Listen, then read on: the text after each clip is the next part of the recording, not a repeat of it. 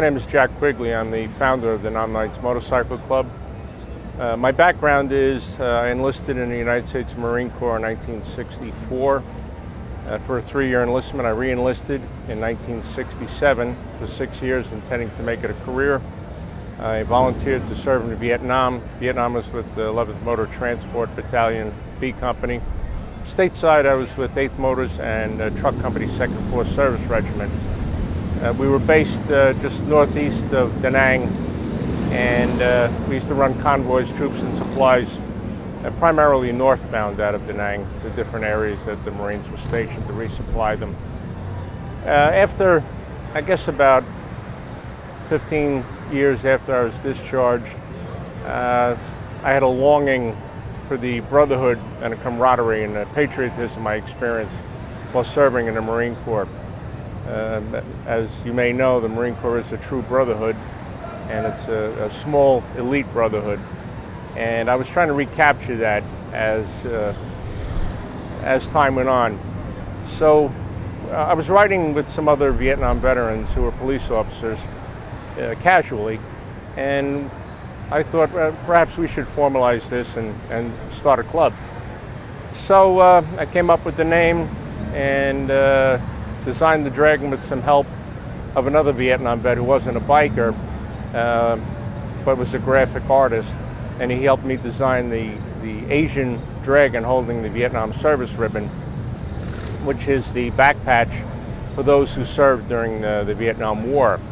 Later on, the club opened up to later era vets and police officers who may not have been veterans, but our philosophy is if you're serving your community, you're serving your country, and we have the same attitude, and you're placing your life on the line for others who may not be able to or willing to.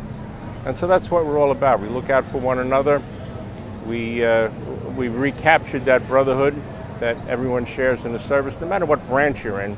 If you had the internal fortitude to pick up a rifle in defense of freedom somewhere in the world at the request of our government, and you ride a Harley, you belong with us. Jack, tell us about some of the tattoos and the symbolism of the tattoos. Yeah, most of the tattoos that I have and the members of the club have signify family, signify service experiences. I have tattoos representative of my children, and I've got tattoos representative of my service to this country. I have a tattoo of an M16 with a helmet on it sticking in the ground. At the base is a pair of combat boots, and that is the typical symbol of a lost warrior. And it says, "Never forgive, never forget." I will never forgive the communists for what they did to our prisoners, and never forget my experiences in the military. My combat experience is somewhat limited. We would run convoys north out of Da Nang, and on one particular occasion they had claymores in the trees and set them off and killed one of the grunts on the truck, wounded another one quite seriously. Every time we went out, we were apprehensive about whether we'd get back or not. We ran 50 caliber machine guns on the trucks, and some trucks had 2 50 caliber machine guns on them. And I think we held ourselves in pretty high esteem at the time because we were good at what we did. And that doesn't only apply to the Marine Corps, although we have a certain pride. It applies to everybody that served over there. People, the warriors acquitted themselves quite well. We were serving our country. Turned out we served each other to try to keep each other alive and get back.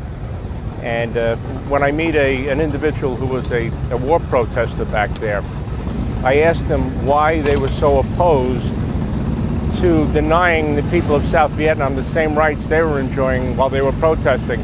And they look at you like a deer in the headlights. They have no answer. And I still haven't gotten an answer. Why people here would want to deny those rights to the people of South Vietnam.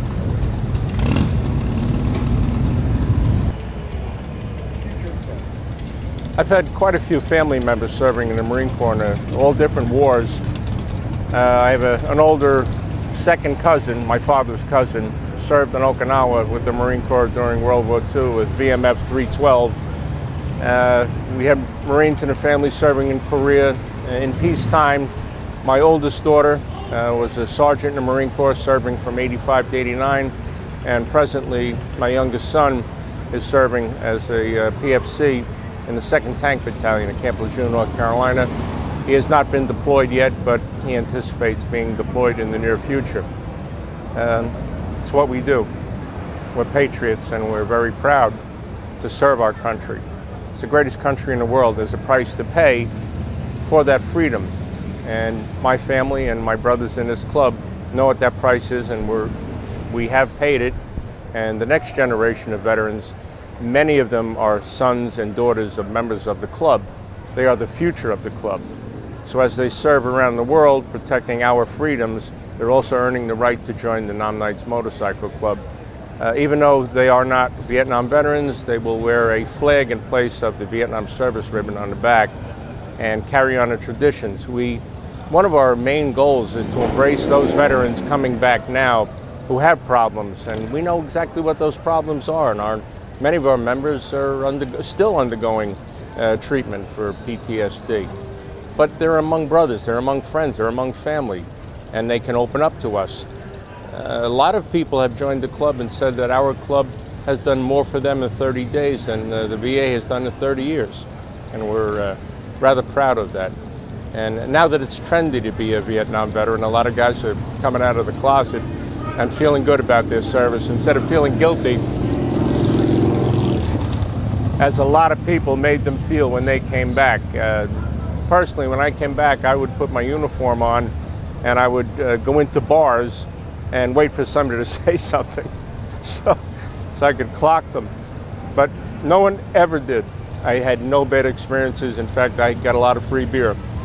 So it was still America, and it still is now. It's nice that American patriotism is once again the norm in this country, and I'm really proud to be able to say that.